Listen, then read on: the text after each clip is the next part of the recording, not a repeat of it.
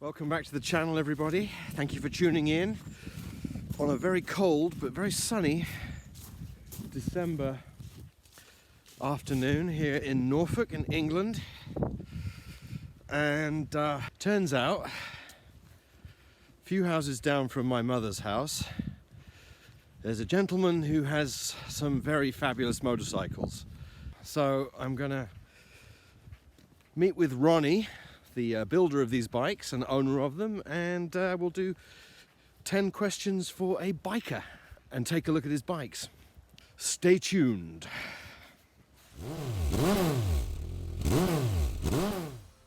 Alright, so welcome back to the channel, everyone. Thank you for tuning in. Thanks for watching. We are here with Mr. Ronnie, and right next to him, I'm going to pull the camera over to here, we have a beautiful Harley Davidson bobber, and over to the right of him we have a, I think, even more beautiful, because I love Ducatis, 851. So some serious wow factor there. But before we get into the bikes, I have got 10 questions for a motorcyclist, and Ronnie has agreed to answer them. So thank you, Ronnie. You're welcome. For first of all allowing me to come into your garage and look at your lovely bikes. My cold garage. Your cold garage, and thank you for answering 10 questions for a biker. So let's dive straight into it. First question: what was your first motorcycle experience? So not the first bike you owned, but you know, did your dad throw you on the back of his bike and take you off when you were Dad wouldn't little? let me have one. He used to race Valsets in the 50s, 60s. All right. But he never let me have a motorbike as a kid. It was only when I left home, and it was a Honda C90. So that would have been your first bike First experience. motored two-wheel experience. Yeah. Okay. Pissing around in the fields, never on the road. Okay. And then my first real bike was a plastic maggot, a Honda CX 500 in burgundy, my least favourite colour. It was battered, you could throw it down the road, and it was just brilliant. It was a hoot. And I was... I was going to say, how old were you? Yeah, late teens. Late teens? So, 17, 16, 17? 18, 19. 18, okay. So it's quite late, I suppose, when it comes to bikes. Who first taught you to ride? Nobody. Myself. Self-taught? I taught myself to ride, and I had a number of brand new bikes without a bike licence too, which was a bit naughty. And So the first experience on the C90 would have been it's an automatic, right? Yeah. Right, so you didn't have to deal with clutch and gears. No. So you learned all the balancing and how to go in a straight line on that. I still haven't learned the balancing. I can still fall off at a junction. So yeah, pretty much. Right. But I was always on push bikes anyway, so I was always out and about. So you figured out a clutch and gears all by yourself? Yeah. It's not difficult, is it? Well, it's not. Some people need to be shown Riding a that. bike. As an instructor who deals with teaching people how to ride, there's a lot of people that need to learn and they haven't got a clue. The thing about being in America, a lot of people drive automatic cars. They don't understand a manual gearbox. Yeah. So same with bikes. I find then they shouldn't be on a bike. Yeah. You know, it's easy, and you pull a clutch and you change your gear and you accelerate. Agreed. What's difficult? Agreed. Says a man who's probably crashed about into the back of God knows how many cars. Yeah. Okay. Question number 2. What was the first motorcycle you personally owned? One That would be the CX500. That would be the CX500. That was the bike you saved up for and you bought? Didn't save up. It cost me about 250 quid, which today's in dollars, what's that, about $320 or something. The CX500. So what year would that have been? What was the year was the bike? Oh God, it was an 80s something. Okay. It was a pile of shit. But it did 100 miles an hour, and, Right. and you could slide off it and get back on it, and it was great. Loved Awesome. it. Yeah. What colour was it? Burgundy. Horrible. Burgundy CX500. Yeah. I'll see if I can pull up a picture. If you don't have one, I'll find you one. Yeah. you find me? Yeah. Okay. Yeah, it's vile. Alright, so this has sort of already been answered, although you did have 6 motorcycles a while back. In here, yeah. In here. Yeah. And now you're down to 2. So the next question is, what is and why did you choose your current motorcycle? Your personal daily ride. That's that one. All right. That's the bobber. That's the bobber. And we're going to talk about the bobber and what it is and how special it is in a little bit. But that is just a simple, easy Sportster engine in a hand-built frame. The frame was built for me, and it's just pull it out of the garage and go. You know. It's just so the answer is Harley Davidson Sportster bobber. What year is it? Yeah, that's a 96 engine. 96. The rest of the bike I threw away. It was horrible. And then I just did the engine up, and that's actually a 1200, but It's a 12. it'll soon be bigger, but we'll talk about that later. But that's my go-to, and that's pretty. The Ducati is pretty much Very, very And that thing special just day. puts a huge smile on your face, Big grin, yeah. which is why you ride it. Yeah, I mean, I could do my standard ride up to 20 to 50 miles or something, and I'd do it on the Road King, which was good. I'd do it on the ZRX, I'd do it on the Zephyr, I'd do it on the Motor Guzzi, but I always had a bigger grin riding that. Very And nice. it's not fast, just do Yeah. 60, 70. Question number 4, how often do you ride? When the sun shines, my back doesn't hurt, because obviously I'm getting old now. I used to ride every day. There was a time where I couldn't afford a car, so I would commute on a bike, Right. even in snow.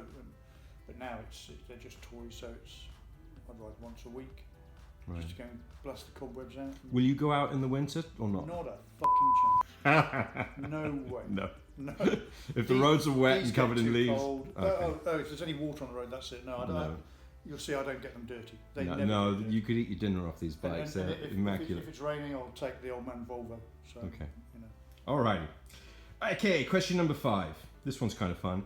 If you could take a long distance motorcycle trip, a road trip on a bike, where would you go and with who would you go? Who would you want to take with you? One person. Alive or dead, anybody. Alive or dead? Could be a celebrity, could be a family member. I quite like Ewan McGregor's wife. The old one or the new one? The new one. She could come with me. Ewan McGregor's new wife. I'm not sure if she rides. Well, she can go on the back. Okay. Yeah. Alright, so Oh, Ewan no, McGregor's actually, new wife. No, that wouldn't be fair on you. I'd hate to take his wife off him. I quite like, I think probably the sexiest, nicest person you could ever travel with would be Gal Gadot, or Gal Gadot. Oh, right, the new Wonder Woman. Yeah, I mean, you see her outside of the Wonder Woman costume and she's just, that smile. You can sit and watch that all day. So I'll take a bike ride with her, and I don't care where it is. Somewhere cold would be better. No, we're talking a long distance road trip here. We're talking about, doing long way up, long way down, long way round. Months. Well, I don't know about months, I'll do it but for I'm talking years. about a I'll road. do it for years with her. Okay. The conversation's turning into something completely different. Yeah, At this it's point. going to turn to porn very shortly. Not bike porn either. Yeah, Gal Gadot on any bike, I don't care. Wherever. As long as it's comfortable. Okay. And I think we'll probably do all of the states in the summer. Oh, that's a good idea. Yeah, why not? Yeah. Cross America. Yeah, good food. Good circle around Yeah, why America not? on a bike. Yeah, for a year. Nice. And then I'll marry her. We should have to get divorced first. All right, so next question, number 6. If you could only own one motorcycle for the rest of your life, what would it buy? What would it be? What would it be? Now, this is the magic bike that never goes wrong. You can always get parts. Oh, I think it would have to be the Bobber. So you own it. You already own the bike. That is it. Yeah, pretty much. There's That's nothing, awesome. There's nothing else I really. Well, yeah, there's a lot of really good modern stuff out there, but that puts a smile on my face. Or that one. Or the Ducati. So Right. either of those two, really. But if I had to choose between, One it'd be or the that one. other. Yeah, it'd be that Okay. one. She's my baby. Nice. Mm-hmm. Okay. Question number 7. Do you have a favorite motorcycle internet guru, internet channel that you go to, or a YouTube channel that you check out for motorcycles? The only one I Do you check follow out anybody? daily is Bike XF. Bike XF? XF. It's Bike XF. Bike EXIF. Okay, I'm And they not do a lot familiar of with customs in there, and those. Okay. it's run by a guy called Chris, and I think he lives in New Zealand.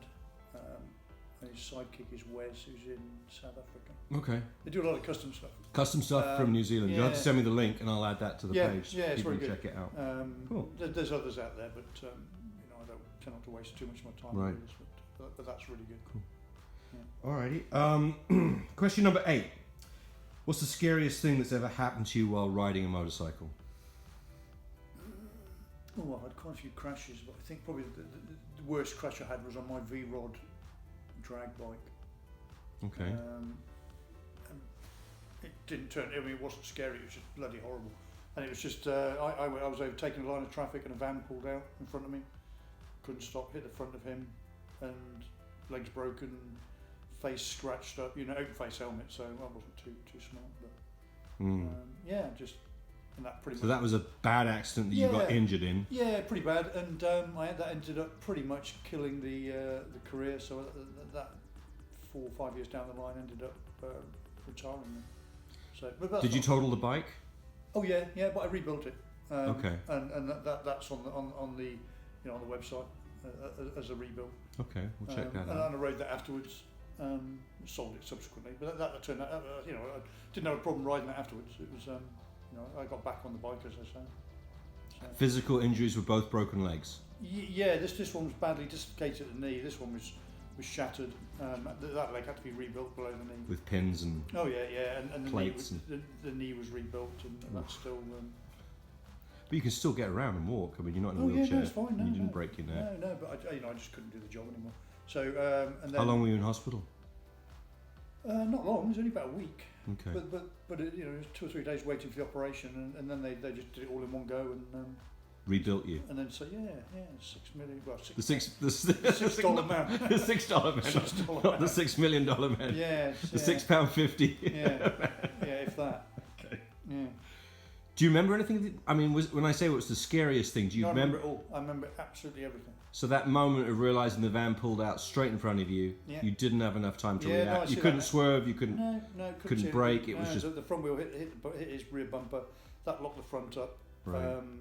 And that actually, I think that sent the bike arse over front.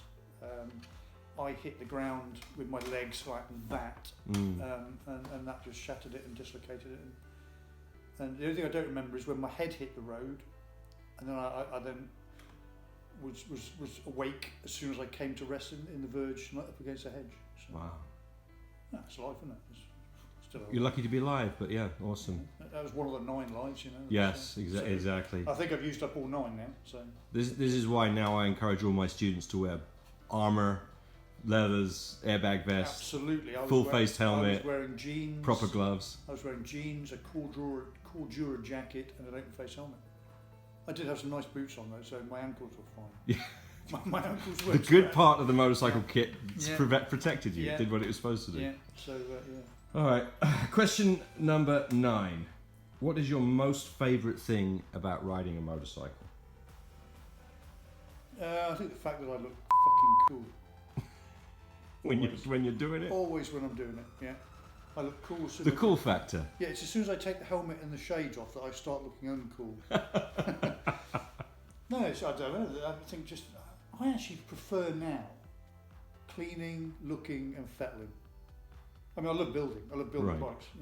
These are all built Right. by me. But we all know it's incredibly dangerous compared to driving a car when you're in a cage with airbags. But we do it as motorcyclists for similar reasons, but not always the same reason. And some people they need that adrenaline rush. Yeah. They need the freedom. Other people, it's yoga for their soul. They just want to Bollocks. get out there. But it's cold. It's wet sometimes. It's Well, then I've got a Volvo. I know. In this. No, Right, but you still choose to swing your leg over a bike because it's fun. because it's That's fun. it. All right. Fuck my soul. At the end of the day, it's just fun. It's just fun. I don't use it as yoga for anything, and I don't use it as Spiritual yoga, emotional yoga. No, It's just fun. It's just get out and have a blast, and go and terrorise somebody, and just puts a smile on your face. Right. And it's. But as I say, I get as much fun polishing Okay. and cleaning them. I've just got a new chain. That is a 3D DID chain. Right. That's going on here. Because this one's getting a bit stretched now. I have cleaned that in paraffin. Right. I have polished it, and I've used bicycle dry lube, and that Right. will stay as clean as it is there Right. On the when bike. it's on the bike. Yeah. Well, let's stay with the questions. We'll get back to the chain and the bike when we talk about the bikes. Final question. What's the best piece of advice you can give to new riders? Oh. There you go. And that was the I answer. think that was don't. Don't do it. Well, you know what? Yeah. Best piece, because you've ridden for how many years? 20, 30, 30 years? Yeah, I mean, I'm 28 now. Right. Yeah, right. No, I'm 56. So yeah. And you started when you were 17, 18? Yeah, so it's nearly 40 years of riding. What, All right. So you meet a 17-year-old. He's just got his. He Before wants you- to get a bike. What would you advise him to do? Best bit of advice. Just take it slowly. Just don't rush it. Don't get on a big bike and think you can thrash the road. Know the road before you thrash it. always know what the corner's going to do. Yeah. But having said that, how many times do I go around a corner and think, oh no, and only just make it? You never learn, really. Well, you do learn, but you still make mistakes and you still do silly things, and bikes make you do silly things. You know, I still ride in jeans. You know, even after the horrific accident, I still ride in jeans. I won't put full leathers on. They don't fit now, so. But just take it easy and don't be stupid to start with. Make good choices. Yeah. And practice. But if somebody had said that to me when I was 17, I know you'd be like, yeah, off. right, Exactly. I'll cope. I'm doing. You've got to learn by crashing. That's the only way you learn. You learn by falling off it. By making mistakes. Even stationary at a traffic light. Right. Or thinking the car's gone, not looking, and you're in the back of the car. You know, silly little accidents. My first treble 8 I had, I'd taken it to Baines Racing to have it tuned, and I had some open pipes put on it. And I'd come down the road, got to a junction, and car ahead of me, I let them go, and then I looked right and thought, that car's gone, and she hadn't. She'd hesitated, and I set off 5 miles an hour into the back of her, and then down it went, and it was virtually a new bike. But you learn, you know. I've lost count the amount of bikes I've dropped. The amount of bikes that I've dropped being very, very drunk, doing burnouts at racetracks. One bike I dropped both sides in one night, doing burnouts, completely pissed. And I won't do that again. All right, bonus question.